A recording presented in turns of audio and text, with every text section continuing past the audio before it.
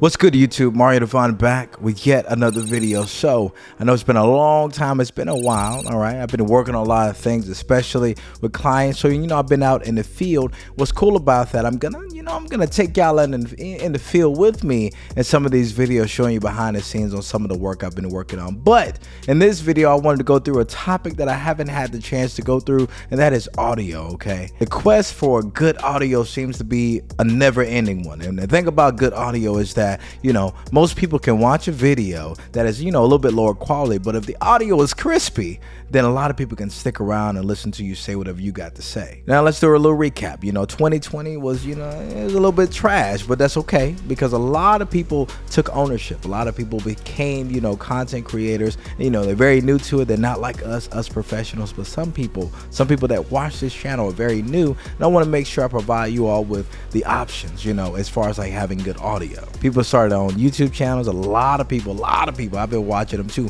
have started playing games.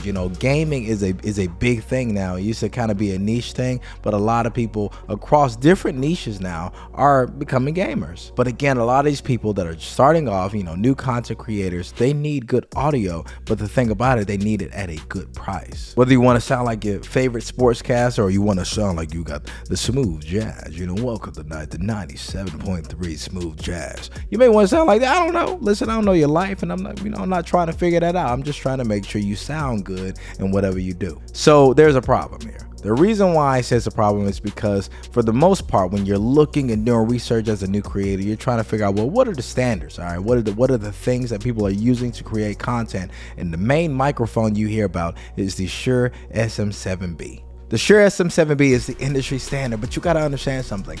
I don't expect a new creator to drop $400 on a new microphone. Yes, it's going to sound crispy. Yes, it's going to give you that broadcasting sound, but $400 for one microphone, even if it was a multiple person podcast or a show, if it's 2 people, 3 people, you're already close to $1,000 already in, and you just started. And the thing about it is the Shure SM7b is a dynamic microphone that needs a lot of energy. It needs a lot of power to feed it so you can actually get the gain out of it. So you have to buy something like a cloud lifter. So let's do a little quick math. All right, you got the cloud lifter, $250, and then of course you got the Shure SM7b. You may want 2 of those, just in case you have a guest. That's $800 in total, and you put that together, it's over $1,000 already. So how do you get professional Shure sounding sound without having to spend the type of money to go into the game with the Shure SM7b? The microphone you're listening to me talk on right now is the Shure MV7. It looks a lot like the Shure SM7b, but trust me, it is not the same microphone, although you can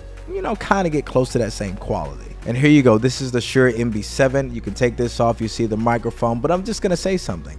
Buying 2 of these is about, very close to the price of actually buying one SM7b. We'll get to that later. Don't get ahead. Let me break this down for you. Let me tell you about this product, okay? This Shure MV7 is Shure's attempt to give people an entry point, all right, before the SM7b, an actual feasible, dependable entry point. The thing about this is actually more versatile than the SM7b. Let me tell you why. This thing not only has the XLR, it also has a USB feature, okay? So that makes it easily more versatile, because that means you don't need an audio interface or anything to feed this mic other than a USB cable, if that's what you want to do. Me personally, I love the sound and the quality I get out of XLRs is what I know. I come from the music industry, so I know XLRs. I want the best audio I can get. But the thing about it, I've tested it out USB. It sounds very good USB too. It doesn't really take away from the sound. The USB feature is going to be the main feature a lot of you are going to look for, and the reason why is because of that versatility, that ease of use. Thing about it is this thing also has controls on the microphone, so when you hook it up USB, those controls actually are activated.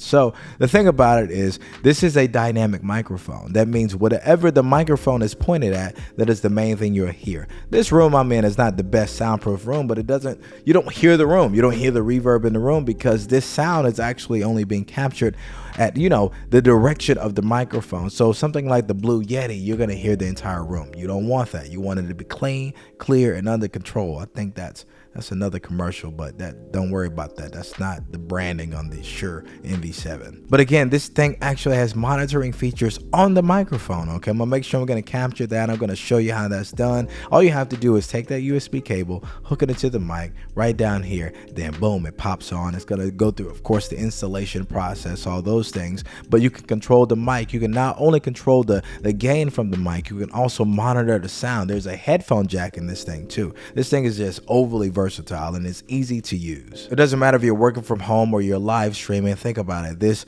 can be used on those computers instead of getting that computer audio in those meetings, those important big money, multi-billion-dollar meetings you're in. You can use something like this and you sound like a winner out there in these streets. You know what I'm saying? So let's talk about what comes in the box. In the box is very simple. Okay, you're gonna get your user manual, obviously. You're gonna get the Shure SM7b. This pop filter that I have on, this is actually not the stock pop filter. I changed this out because the stock pop filter, I'll show you some video footage, but you know, it's very bad. You can actually see through it. If you put a light through it, you can actually look right through it. So instead, I actually replaced this with the Shure SM7b, you know, pop filter. These are very affordable. They're available on B&H. They're available on Amazon, so you can easily get these. These dramatically improve the sound of this microphone to get you to that, you know, that pro sounding level. So now we've gone through some of the details and a summary of this microphone, but what I want to go through now is testing this microphone. Of course, you hearing me use it now is a great test, but I want to go deeper with this. I want to show you how this is used really quickly USB, and also want to show you what it sounds like USB. So here's footage of that. So right now I brought the Shure MV7 upstairs with me, and I'm doing the test. This is directly to the USB. You can see the thing here. Only thing I have hooked up is my headphones are actually hooked up directly to this. I can hear myself from these headphones very clearly, and I'm also able to, you know, pretty much run the audio, the connection, the USB connection from this microphone, and I'm actually running it directly into my Microsoft Surface, which is right here. So you can see that recording going hopefully on the screen, but I'm running it directly into the Microsoft Surface as, and not only as a microphone, but also as an audio interface. So that's what I'm saying about the convenience of this thing, and hopefully it sounds good. I think it's gonna sound good. I'm gonna, you know, add some increased gain just so you can hear me clearly, but that's about it. Not gonna mix it, not gonna EQ, not gonna do anything. Just gonna give it straight to you, raw, you know, just straight up audio. You know what I'm saying? Just, you know, raw.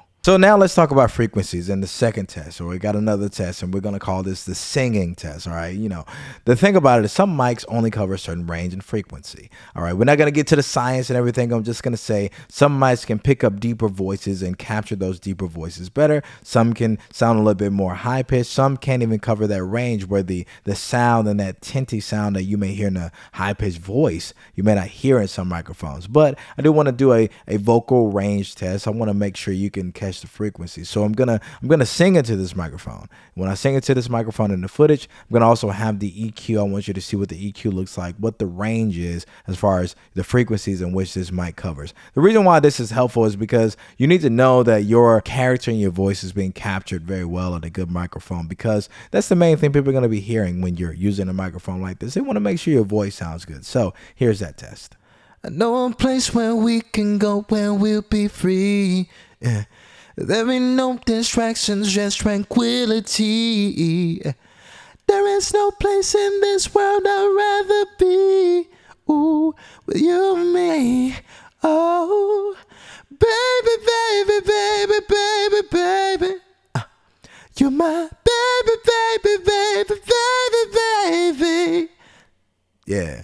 All right, so good. There you go. The singing portion test. We did a couple tests, and I hope that gives you an idea of what this microphone is capable of and what it's not capable of. I think it's very capable. So who is this for? I think this microphone is perfect for podcasting. I think this microphone should be the go-to podcasting microphone, you know, and you need to, you know, you got to make sure you replace this. All right. So you want to make sure. And the reason why you're replacing this is because this thing is perfect for plosives. All right. Those S's, those hard P's, those things like that. This thing is perfect for that. But the pop filter that comes with it, it's trash. All right. It's garbage. I think they, you know, you got to, sometimes the company's got to cut costs. All right. $5 to you. $5 counts up over time. Think about it. $5 over, you know, 100,000, maybe 200,000 units being manufactured. That's a lot of money. Just saying, $5, 200 units. That's $1 million. I'm just saying, you think about it. That scale stacks up when you're saving cost, all right? Again, I think this microphone is perfect for people that are podcasting, live streaming, whether you're live streaming on YouTube, whether you're gaming, any of those things I think is very perfect just to get clean audio. Maybe you're doing a voiceover. All those things, you're gonna get good sound because this is a dynamic microphone. It's gonna isolate you from the room. Another thing is this USB capability. The USB capability just knocks it out the park. You don't understand the cost savings yet, but if you run XLR anything right now, running this microphone, XLR to a Zoom H6, and to manage that is more cost. And sometimes, and a lot of times, I'm saying sometimes, but most of the time, I actually run it through a Rodecaster, and that's something else you would have to buy. So buying an audio device, to run XLR is something you can do later. It's future proof.